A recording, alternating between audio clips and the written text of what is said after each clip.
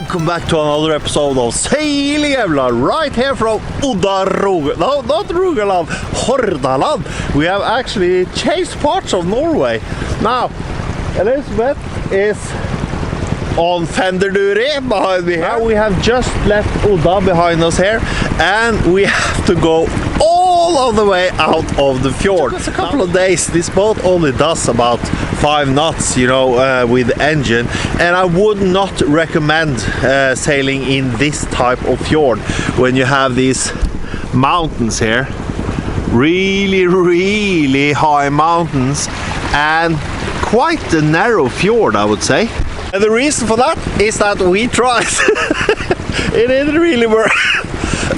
When I need to think, I need to touch my beard like this, because then the gray cells up here start working better. And maybe they like me stroking them. It's like so weird. This here behind me, that is Odda. Just at the very bottom of the fjord, a small place. And I guess you could say, since people are building their houses on the cliffside, there aren't all that much space to build houses on.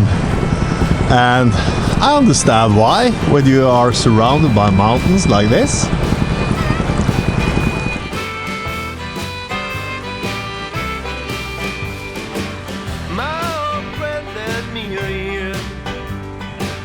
I know when you trouble, it's hard to see things clear.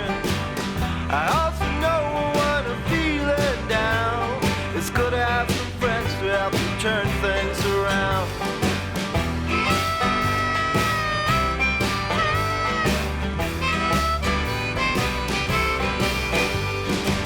So when you're alone and sorrow bound, close your eyes and hear the sound of all our good laughs, fine talks, and good sin. So while we wait to get out of the fjord, it takes about 10 hours or so to get out of the, well, no, that's not technically correct, because we are not out of the fjord after 10 hours, but we are at our next destination, which is Nordheimsund, which is on the top of this part of the fjord, I would say. And then we have well, maybe 1/3 left of the fjord after that. So it's quite a long fjord, and we have to run with the engine because, well, frankly, today it is no wind, but it kind of scared me a little when we sailed in the beginning of the fjord there, and we didn't have knockdowns with it, but you know, if I had all my sails up, I'm pretty sure we would have a knockdown. Has made us some lunch because we need some lunch. Yeah, we do. And this here is just cauliflower soup, and we added some broccoli in it. And during these passages where it's just hour after hour and there's no sailing going on, you have to do something. So we cleaned the boat, and now I'm just trying to mark all of these locks because I have 6 of them. And they are all alike, so it gets quite annoying when I'm using them to lock up all of the storage here in the cockpit. So now I have a system, I think. Yeah, we will see how that goes. I've been inside now for a while, and Elizabeth needs to go to the restroom, so I will go out, because we try to have at least one person on deck. It's a little cloudy today. It is still warm, but it is a little cloudy. And we are going over there, I think. I haven't been out now for 2 hours or so. Let's see on our plotter where we are. This is where we are, and this is where we are heading. So we are 2.5 hours out, and it's still stunning. Man. Too bad though, I was really hoping to go on a hike there at Tyssedal, where it's a place called Trolltunga, which were one of those, I wouldn't say bucket list though, but one of those places that I really wanted to see. But it's at 1100 meters or so, so it's a lot of snow up there. And we don't have any skis. But there will be other mountains, and maybe one day I will go down here again just to go up to Trolltunga, I think, because kind of bugs me. Then Elizabeth comes out with Battleship. You promised? She always loses at Battleship, but we gotta give it to her. She doesn't give up. Never give up. Is this the time you're gonna beat me? Yeah. Battleship? Yeah. It is? Yeah, Okay. it is. Let's go. Now Elizabeth is really coming on strong here. Just check it out. I've already lost one of my ships here. She's feeling really proud. But it ain't over yet. No. We fight to the last ship. So I won, but just barely this time. I won with one actually. I had just one more space on my smallest ship actually, and Elizabeth torpedo wrong, so she missed, and I got the very last one in. It was a close call. Yeah.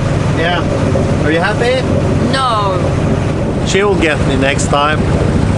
But now we are getting close to Nordheimsund, where we are going. It's just up there somewhere.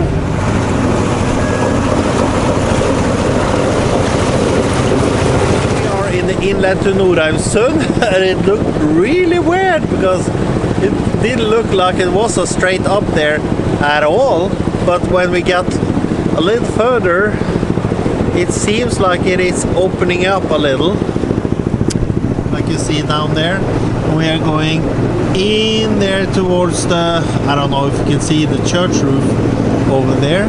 Here we are in Nordheimsund with a Folgefonna up there on the top of the mountain, which is an ice shelf coming off the mountain. As you can see, the straight white thing over there, that's all ice.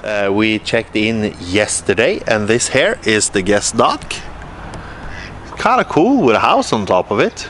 Got all of the facilities in there, and well, it's not really season yet, so some of it is actually closed, but yet this is the best harbor so far.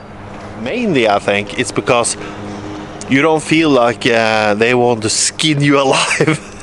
So this here is Nordheimsund. And one thing though, I've been living outside of Norway for 20 years or something, and the funny thing is I've almost forgot how religious Norway really is, because this is indeed a religious country. We are Christians, Protestants, but we take, you know, the holidays really serious. Like Easter, everything is closed. Only yesterday, no, day before that, the shops were open for a few hours just to let you buy some groceries and stuff, and then they closed again. So Easter is one of those really hard holidays where everything, literally everything is closed. Maybe some restaurants here and there are open. So today Elizabeth and I are going to check out this waterfall, which is supposed to be spectacular.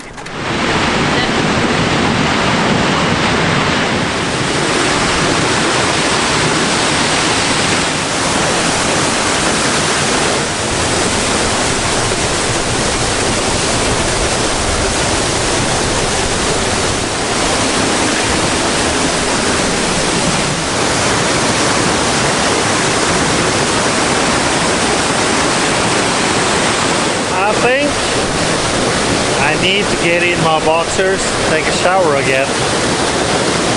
Oh, I'm gonna spare you the embarrassment this time, but it's coming, it's coming.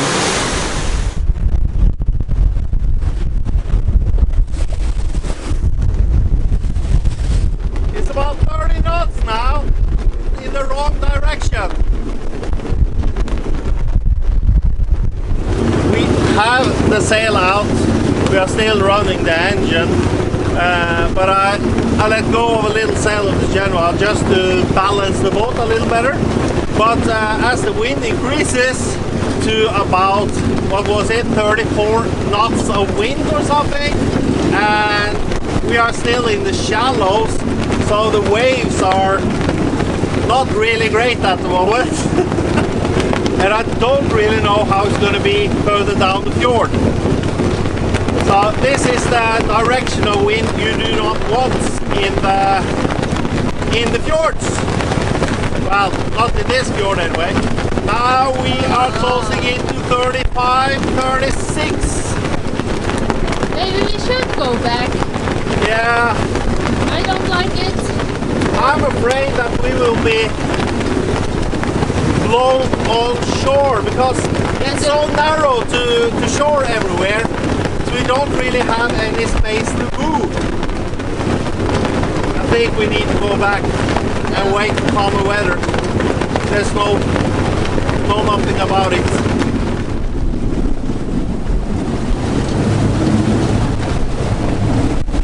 We are not supposed to leave at all. I think we might just sell the boat to get an apartment in Nordheimsund. Yeah. Someone's trying to sell us something. And you can get the job. Yeah, It's at so the boatyard. close. Yeah.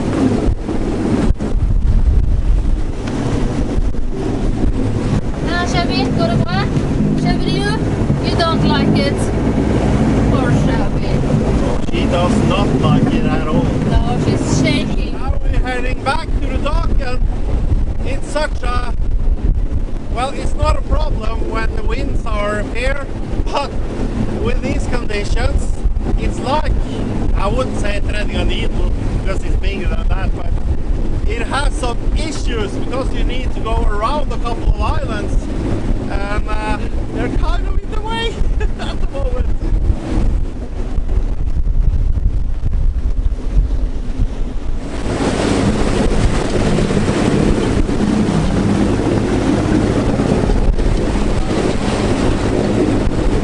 My friends, were actually the third time we were trying to leave that place. Though the first time we had washed up clothes and the dryer stopped working, so we had to dry off all of our clothes here in the boat.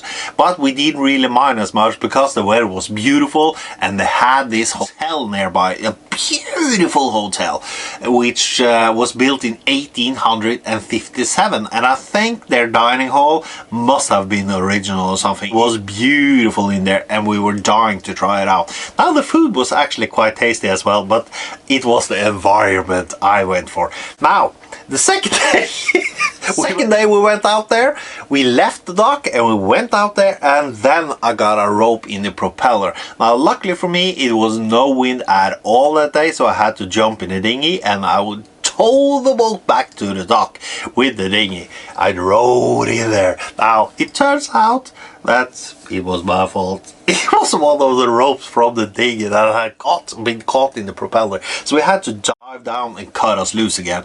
Now the next day, you know what happened then, and the following day after that we actually made it out. It was a little less wind, so we could get around the bend, and further down the fjord it calmed down again.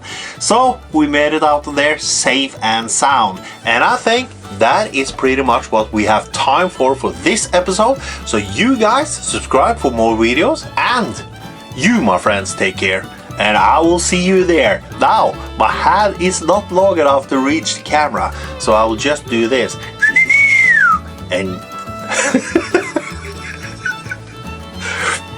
sorry about that. Bye now, I'll see you next time.